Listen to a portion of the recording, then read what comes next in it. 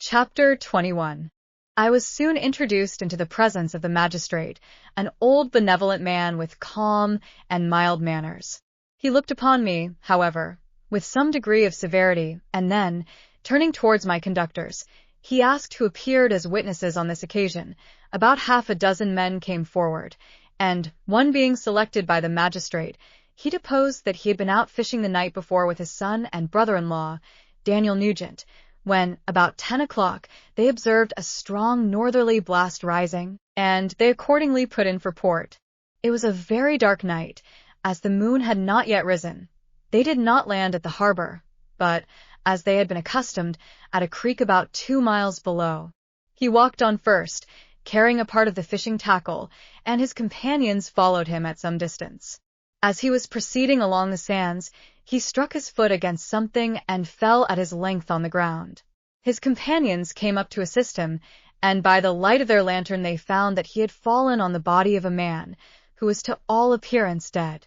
Their first supposition was that it was the corpse of some person who had been drowned and was thrown on shore by the waves, but on examination they found that the clothes were not wet, and even that the body was not then cold. They instantly carried it to the cottage of an old woman near the spot and endeavored, but in vain, to restore it to life. It appeared to be a handsome young man, about 25 years of age. He had apparently been strangled, for there was no sign of any violence except the black mark of fingers on his neck. The first part of this deposition did not in the least interest me, but when the mark of the fingers was mentioned, I remembered the murder of my brother, and felt myself extremely agitated. My limbs trembled, and a mist came over my eyes, which obliged me to lean on a chair for support. The magistrate observed me with a keen eye, and of course drew an unfavorable augury from my manner. The son confirmed his father's account, but when Daniel Nugent was called he swore positively that just before the fall of his companion he saw a boat, with a single man in it, at a short distance from the shore, and as far as he could judge by the light of a few stars, it was the same boat in which I had just landed. A woman deposed that she lived near the beach, and was standing at the door of her cottage, waiting for the return of the fishermen, about an hour before she heard of the discovery of the body, when she saw a boat with only one man in it push off from that part of the shore where the corpse was afterwards found. Another woman confirmed the account of the fishermen having brought the body into her house. It was not cold. They put it into a bed and rubbed it, and Daniel went to the town for an apothecary, but life was quite gone. Several other men were examined concerning my landing, and they agreed that, with the strong north wind that had arisen during the night, it was very probable that I had beaten about for many hours and had been obliged to return nearly to the same spot from which I had departed. Besides, they observed that it appeared that I had brought the body from another place, and it was likely that as I did not appear to know the shore, I might have put into the harbor ignorant of the distance of the town from the place where I had deposited the corpse. Mr. Clerval, on hearing this evidence, desired that I should be taken into the room where the body lay for interment, that it might be observed what effect the sight of it would produce upon me. This idea was probably suggested by the extreme agitation I had exhibited when the mode of the murder had been described. I was accordingly conducted, by the magistrate and several other persons, to the inn. I could not help being struck by the strange coincidences that had taken place during this eventful night, but, knowing that I had been conversing with several persons in the island I had inhabited about the time that the body had been found, I was perfectly tranquil as to the consequences of the affair. I entered the room where the corpse lay, and was led up to the coffin. How can I describe my sensations on beholding it? I feel yet parched with horror, nor can I reflect on that terrible moment without shuddering and agony. The examination, the presence of the magistrate and witnesses, passed like a dream from my memory when I saw the lifeless form of Henry Clerval stretched before me. I gasped for breath, and throwing myself on the body, I exclaimed, "Have my murderous machinations deprived you also, my dearest Henry, of life? 2 I have already destroyed. Other victims await their destiny, but you, Clerval, my friend, my benefactor." The human frame could no longer support the agonies that I endured, and I was carried out of the room in strong convulsions. A fever succeeded to this.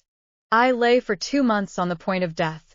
My ravings, as I afterwards heard, were frightful. I called myself the murderer of William, of Justine, and of Clerval. Sometimes I entreated my attendants to assist me in the destruction of the fiend by whom I was tormented, and at others I felt the fingers of the monster already grasping my neck, and screamed aloud with agony and terror. Fortunately, as I spoke my native language, Mr. Clerval alone understood me, but my gestures and bitter cries were sufficient to affright the other witnesses. Why did I not die? More miserable than man ever was before, why did I not sink into forgetfulness and rest? Death snatches away many blooming children, the only hopes of their doting parents. How many brides and youthful lovers have been one day in the bloom of health and hope, and the next a prey for worms and the decay of the tomb. Of what materials was I made that I could thus resist so many shocks, which, like the turning of the wheel, continually renewed the torture? But I was doomed to live, and in 2 months found myself as awaking from a dream, in a prison, stretched on a wretched bed, surrounded by jailers, turnkeys, bolts, and all the miserable apparatus of a dungeon. It was morning, I remember, when I thus awoke to understanding. I had forgotten the particulars of what had happened, and only felt as if some great misfortune had suddenly overwhelmed me. But when I looked around and saw the barred windows and the squalidness of the room in which I was, all flashed across my memory, and I groaned bitterly. This sound disturbed an old woman who was sleeping in a chair beside me. She was a hired nurse, the wife of one of the turnkeys, and her countenance expressed all those bad qualities which often characterize that class. The lines of her face were hard and rude, like that of persons accustomed to see, without sympathizing in sights of misery. Her tone expressed her entire indifference. She addressed me in English, and the voice struck me as one that I had heard during my sufferings. "Are you better now, sir?" said she. I replied in the same language, with a feeble voice, "I believe I am, but if it be all true, if indeed I did not dream, I am sorry that I am still alive to feel this misery and horror." "For that matter," replied the old woman, "if you mean about the gentleman you murdered, I believe that it were better for you if you were dead, for I fancy it will go hard with you. However, that's none of my business. I am sent to nurse you and get you well. I do my duty with a safe conscience. It were well if everybody did the same." I turned with loathing from the woman who could utter so unfeeling a speech to a person just saved, on the very edge of death, but I felt languid and unable to reflect on all that had passed. The whole series of my life appeared to me as a dream. I sometimes doubted if indeed it were all true, for it never presented itself to my mind with the force of reality. As the images that floated before me became more distinct, I grew feverish. A darkness pressed around me. No one was near me who soothed me with the gentle voice of love. No dear hand supported me. The physician came and prescribed medicines, and the old woman prepared them for me. But utter carelessness was visible in the first, and the expression of brutality was strongly marked in the visage of the second. Who could be interested in the fate of a murderer but the hangman who would gain his fee? These were my first reflections, but I soon learned that Mr. Clerval had shown me extreme kindness. He had caused the best room in the prison to be prepared for me. Wretched indeed was the best, and it was he who had provided a physician and a nurse. It is true, he seldom came to see me, for although he ardently desired to relieve the sufferings of every human creature, he did not wish to be present at the agonies and miserable ravings of a murderer. He came, therefore, sometimes to see that I was not neglected, but his visits were short and with long intervals. One day, while I was gradually recovering, I was seated in a chair, my eyes half open and my cheeks livid like those in death. I was overcome by gloom and misery, and often reflected I had better seek death than desire to remain in a world which to me was replete with wretchedness. At one time I considered whether I should not declare myself guilty and suffer the penalty of the law, less innocent than poor Justine had been. Such were my thoughts when the door of my apartment was opened and Mr. Clerval entered. His countenance expressed sympathy and compassion. He drew a chair close to mine and addressed me in French. "I fear that this place is very shocking to you. Can I do anything to make you more comfortable?" "I thank you, but all that you mention is nothing to me. On the whole earth there is no comfort which I am capable of receiving." I know that the sympathy of a stranger can be but of little relief to one borne down as you are by so strange a misfortune. But you will, I hope, soon quit this melancholy abode, for doubtless evidence can easily be brought to free you from the criminal charge. That is my least concern. I am, by a course of strange events, become the most miserable of mortals. Persecuted and tortured as I am and have been, can death be any evil to me? Nothing indeed could be more unfortunate and agonizing than the strange chances that have lately occurred. You are thrown, by some surprising accident, on this shore, renowned for its hospitality, seized immediately, and charged with murder. The first sight that was presented to your eyes was the body of your friend, murdered in so unaccountable a manner and placed, as it were, by some fiend across your path. As Mr. Clerval said this, notwithstanding the agitation I endured on this retrospect of my sufferings, I also felt considerable surprise at the knowledge he seemed to possess concerning me. I suppose some astonishment was exhibited in my countenance, for Mr. Clerval hastened to say, "Immediately upon your being taken ill, all the papers that were on your person were brought me, and I examined them that I might discover some trace, by which I could send to your relations an account of your misfortune and illness. I found several letters, and, among others, one which I discovered from its commencement to be from your father. I instantly wrote to Geneva. Nearly 2 months have elapsed since the departure of my letter. But you are ill. Even now you tremble. You are unfit for agitation of any kind. This suspense is 1,000 times worse than the most horrible event. Tell me what new scene of death has been acted, and whose murder I am now to lament." "Your family is perfectly well," said Mr. Clerval with gentleness, "and someone, a friend, is come to visit you. I know not by what chain of thought the idea presented itself, but it instantly darted into my mind that the murderer had come to mock at my misery and taunt me with the death of Clerval, as a new incitement for me to comply with his hellish desires. I put my hand before my eyes and cried out in agony, 'Oh, take him away! I cannot see him. For God's sake, do not let him enter.'" Mr. Clerval regarded me with a troubled countenance. He could not help regarding my exclamation as a presumption of my guilt, and said in rather a severe tone, "I should have thought, young man, that the presence of your father would have been welcome instead of inspiring such violent repugnance." "My father!" cried I, while every feature and every muscle was relaxed from anguish to pleasure. "Is my father indeed come? How kind, how very kind! But where is he? Why does he not hasten to me?" My change of manner surprised and pleased the magistrate. Perhaps he thought that my former exclamation was a momentary return of delirium, and now he instantly resumed his former benevolence. He rose and quitted the room with my nurse, and in a moment my father entered it. Nothing, at this moment, could have given me greater pleasure than the arrival of my father. I stretched out my hand to him and cried, "Are you then safe, and Elizabeth and Ernest?" My father calmed me with assurances of their welfare and endeavored, by dwelling on these subjects so interesting to my heart, to raise my desponding spirits, but he soon felt that a prison cannot be the abode of cheerfulness.